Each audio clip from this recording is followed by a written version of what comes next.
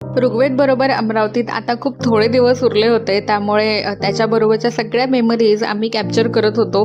कारण की यानंतर जेव्हा आम्ही येऊ तेव्हा दिवाळीला आणि गणपतीला येऊ तेव्हापर्यंत तो खूप मोठा झालेला असेल.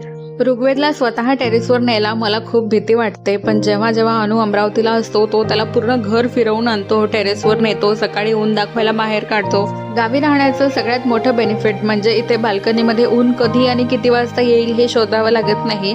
गावी घराबाहेर निघालं की छान ऊन लागते, छान गार आणि स्वच्छ अशी हवा मिळते. त्यातच आमच्या घरापुढे एक कडुनिंबाचं खूप मोठं झाड आहे, त्याची दिवसभर सावली येत राहते. ऋग्वेदला इथे बसून मी हेच सांगत होते की ऋग्वेद, तू खूप लकी आहेस की तुझा जन्म स्वतःच्या घरात झालाय. स्वतःचं घर म्हणजे काय समाधान असतं हे आम्ही आता खूप चांगल्याने समजू शकतो, कारण की इथवर येण्यासाठी आम्हाला खूप स्ट्रगल करावा लागलेला आहे. पण यावरून मला त्याला हे बिलकुल सांगायचं नाही आहे की आम्ही किती कष्ट केले आणि हे सगळं घेतलं, कारण घर घेणं हा आमचा डिसिजन होता, तो स्वतःसाठी आम्ही घेतलं होतं.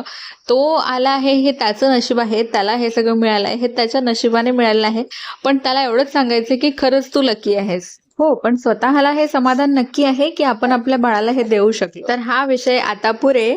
मी मिशोवरून काही प्लांटर्स मागवले होते आणि आमच्या घरच्यांनी त्याच्यामध्ये धने, पालक आणि मेथी वगैरे सगळं लावून ठेवलेलं आहे. आणि इथे कुंदाचं पण एक खूप छान झाड आहे, त्याला छान फुलं आलेले होते. मला कुंदाची फुलं आणि त्याचा गजरा लावायला खूप आवडतो. आज नाश्त्याला मम्मीने शेवळ्या बनवल्या आहेत. मी जेव्हा लहान होती तेव्हा मी रोज टिफिनमध्ये फक्त आणि फक्त शेवळ्या रोज न्यायची आणि त्याचबरोबर शाळेत आम्हाला खिचडी मिळायची, ती मी खायची. पण आता ज्या मशीनवरती शेवळ्या बनवून मिळतात त्या खायला पण काही मजा येत नाही, त्याला काही टेस्टही लागत नाही. मी जेव्हापासून अमरावतीला आली आहे तेव्हापासून आणि ऋग्वेद झाल्यापासून तर जास्तच प्रत्येक विकेंडला मुंबई ते अमरावती त्याच्या अशा फेऱ्या सुरू आहेत आणि त्याच्या या फेऱ्या कमी व्हाव्यात म्हणूनच मी मुंबईला लवकर जायचं ठरवते आहे. त्यामुळे तो आता रोज ऋग्वेदला सांगतो की आता खूपच थोडे दिवस तुझ्या अमरावतीमध्ये राहिलेत, मग मी तुला घेऊन जाणार आहे, मग तू माझ्याबरोबर मुंबईला येणार आहे. आज अनुला परत जायला निघायचं होतं, त्याच्यामुळे तो ऋग्वेदचा लाड करून घेतोय, कारण की आता पुढच्या 8 दिवस परत ऑफिसमुळे त्याचं बोलणं जास्त होणार नाहीये. आता तरी त्याला बऱ्यापैकी सवय झाली आहे जाण्या येण्याची, पण जेव्हा पॅटर्निटी लिव्ह नंतर